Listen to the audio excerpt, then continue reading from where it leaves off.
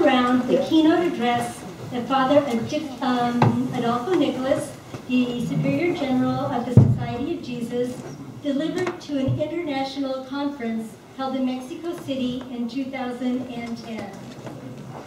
During his talk, entitled Networking Jesuit Higher Education, Shaping the Future for a Humane, Just, Sustainable Globe, Father Nicholas issued a challenge to educators from Jesuit and Jesuit co-sponsored institutions in higher education.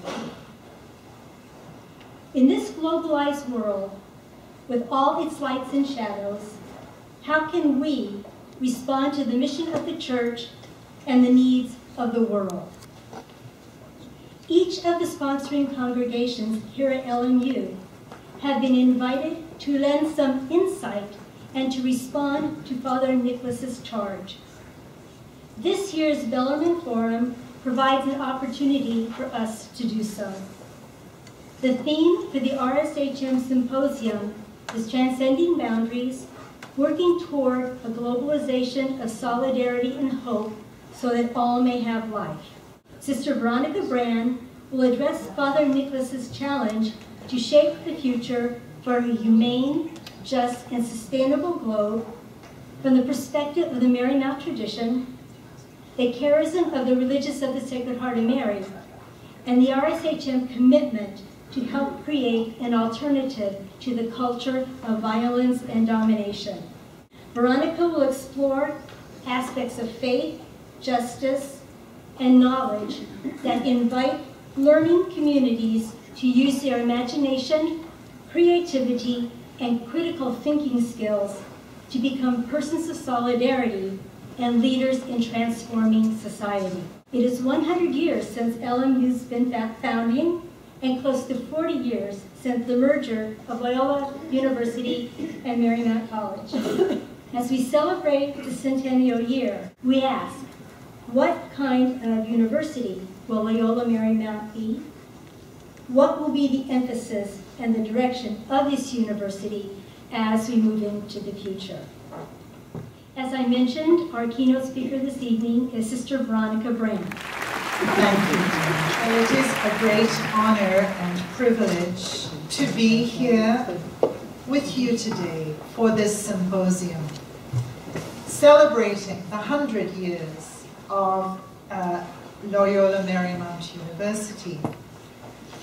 And celebrating a centenary, I think, is really a very special moment because you are standing on like the knife edge of now. It's a liminal space. It's like a threshold, a time to look back and say what has been, what's been accomplished, with gratitude and thanks for what has been, and to look forward to the future with hope. There is a proverb, and I heard it as a proverb from Sudan, but I know it's claimed by a few other countries as well, that captures this dynamic for me. And I share it. It says, we desire to bequeath two things to our children: roots and wings. The first one, roots, the other is wings. And so I think Loyola Marymount University is giving a privileged space to honoring roots and wings. As you celebrate the history, but you also explore the challenges that Father Adolfo Nicholas raised in the conference that Mary referred to. When Father Adolfo Nicholas commented on the merger in his Mission Day address just 3 years ago, he spoke about that for over 35 years now, since Marymount College merged with Loyola University to form Loyola Marymount, he said, you have learned to meld the complementary Catholic charisms of the Jesuits, the Religious of the Sacred Heart of Mary, and the Sisters of St. Joseph of Orange. And I think that these three Bellarmine forums are really celebrating just that. The collaborative identity and mission of LMU. In addressing the particular and unique contribution that the RSHM charism, mission, and history has made and still makes to the identity of LMU, I'm going to use that image of roots and wings.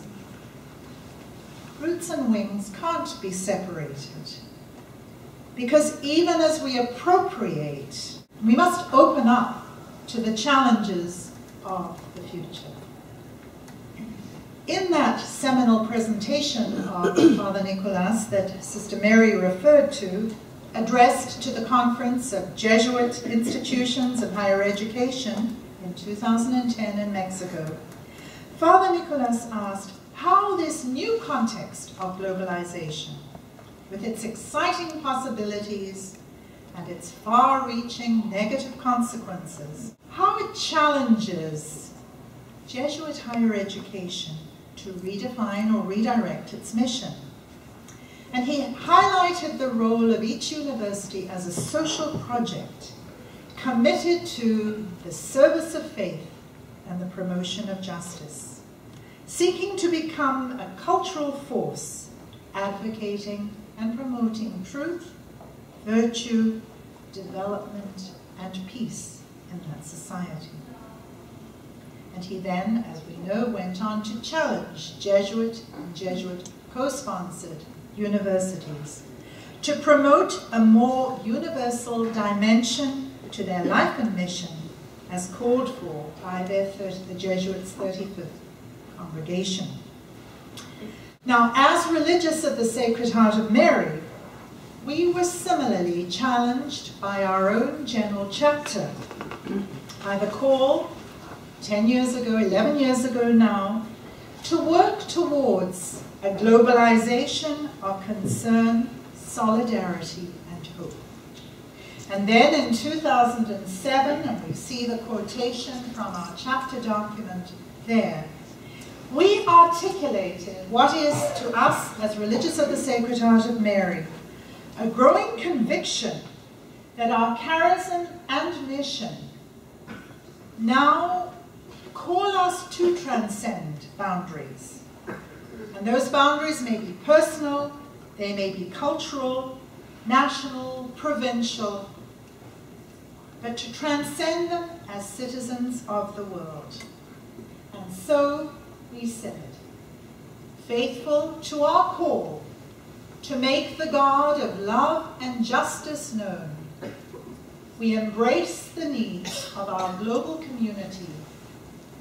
We commit ourselves to take bold steps in creating networks that promote this new vision of a global community.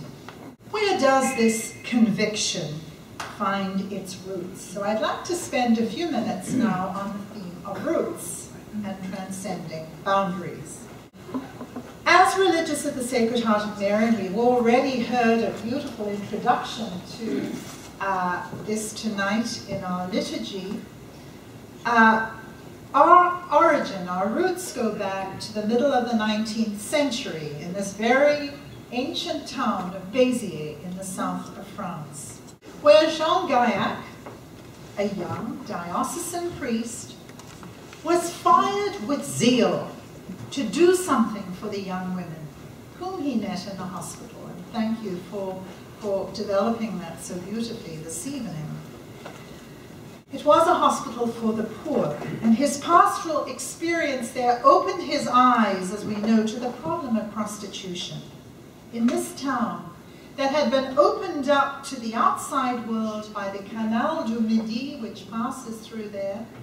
And in this time of great production of vines in the south of France and all the trade, you can imagine how that contributed to the problem, the expansion of trade, and also to the problem of prostitution. He felt called to respond, and as he later wrote to the sisters, I quote, From the most tender years of my youth, God filled me with a sacred fire. And it was that sacred fire that led him to found the works, to establish a refuge, a shelter, a preservation. And then, in collaboration with Apostolic Pellissier, a remarkable woman, the widow of a childhood or youth friend, and together with some young women whom he gave spiritual direction to, he realized the dream of founding a group who could share his vision and mission and have responsibility for the works. That was 1849. And soon an orphanage was established, and schooling possibilities were offered to girls and young women in the area. It was from this, and I use Father Nicolas's phrase, this profound engagement with the real, that the religious of the Sacred Heart of Mary, and even the Marymount tradition in higher education, traces its origin, although it seems a long journey. I think if there's one word, and we've heard it very beautifully in that song tonight, the hymn tonight, that can be used to describe the faith vision of Father Gaiac, it is the word life. That all may have life. As religious of the Sacred Heart of Mary, we were called, and we are called 160 years later, to know and love God and make God known and loved so that all may have life, and have life to the full. And this call is as true for us today as 160 years ago.